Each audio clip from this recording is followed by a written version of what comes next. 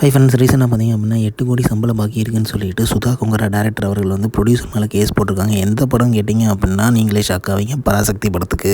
இப்போ அந்த ப்ரொடியூசர் வந்து இதய முரளி அப்படிங்கிற படம் வந்து ப்ரொடியூஸ் பண்ணியிருக்காரு. ஸோ அந்த படத்தை வந்து ரிலீஸ் பண்ணக்கூடாது அப்படிங்கிற மாதிரி கேஸ் போட்டிருக்காங்க. இந்த சம்பள பாக்கியை கொடுக்குற வரைக்கும் இதய முரளி படம் வந்து தடை விதிக்கணும் அப்படிங்கிற மாதிரியும் கேட்டிருக்காங்க கோர்ட்டில். ஸோ அதர்வாதம் ரொம்பவே பாவம், அவரோட படம் தான் இந்த இதய முரளிங்கிறது. ஸோ அதை வந்து இப்போ ஸ்டாப் பண்ணுறதுக்காக தான் கேஸ் போட்டிருக்காங்க. ஆக்சுவலாக பார்த்திங்க அப்படின்னா ப்ரொடியூசர் வந்து பணத்தை கொடுக்கணுங்கிறதுக்காக. ஸோ இந்த சம்பவம்லாம் வந்து எதை ஞாபகப்படுது அப்படின்னா ஜனநாயகன் படத்தோட போட்டி போடுறதுக்காகவே ரிலீஸ் பண்ணாங்க. ஸோ லேட்டாக 3 நாள் கழிச்சு தான் ரிலீஸ் பண்ணணும்னு சொன்னாங்க. அதுக்கப்புறம் ஜனநாயகன் டேட்லேயே ரிலீஸ் பண்ணாங்க. இந்த சம்பவம்லாம் வந்து ஞாபகப்படுத்துகிற மாதிரி இருக்குது இப்போ இதை பார்க்கும்போது.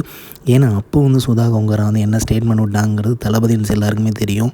ஸோ அதை விட ரொம்ப முக்கியம், இந்த படம் ஓடாத காரணமும் தளபதின்ஸ் தான் அப்படிங்கிற மாதிரிலாம் சொன்னாங்க. ஸோ கண்டிப்பாக வந்து நல்ல படம் வந்து யார் தடுத்தாலுமே ஓடும், நல்ல படம் இல்லை அப்படின்னா வந்து யார் தடுக்காட்டினாலுமே அது ஓடாது.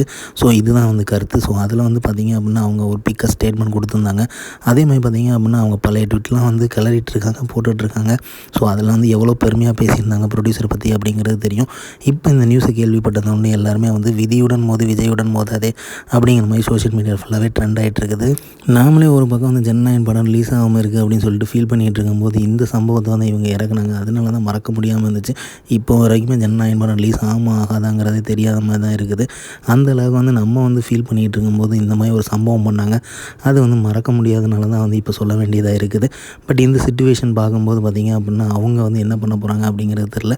பட் இதய முரளி அப்படிங்கிறது அதர்வாவோட அடுத்த ஒரு நெக்ஸ்ட் கேரியர். ஸோ அவரும் வந்து பராசக்தி படத்தில் நடிச்சிருந்தாருங்கிறது குறிப்பிடத்தக்க ஒரு விஷயந்தான். ஸோ பட் என்ன பண்ணுறது, அவங்க வந்து சம்பள பாக்கியை கேட்குறாங்க. ஸோ அதனால் கேஸ் போட்டிருக்காங்க. பட் ஜனநாயகன் வந்ததுனால தான் ஜனநாயகன் கூட தான் போட்டி போடுவோம், ஜனநாயகன் வராதனால தான் இந்த மாதிரிலாம் நடந்துச்சு அப்படிங்கிறதெல்லாம் தான் கொஞ்சம் ஏற்றுக்க முடியாமல் இருந்துச்சு. இப்போ வந்து பார்த்திங்க அப்படின்னா அதே ப்ரொடியூசர்கிட்ட அவங்க வந்து கேட்டிருக்காங்க. இந்த மாதிரி தளபதி சிஎம் விஜய் பற்றி தெரிஞ்சுக்க லைக் பண்ணுங்கள், ஷேர் பண்ணுங்கள், ஃபிலிமா சேனலை சப்ஸ்கிரைப் பண்ணுங்கள். தேங்க்யூ.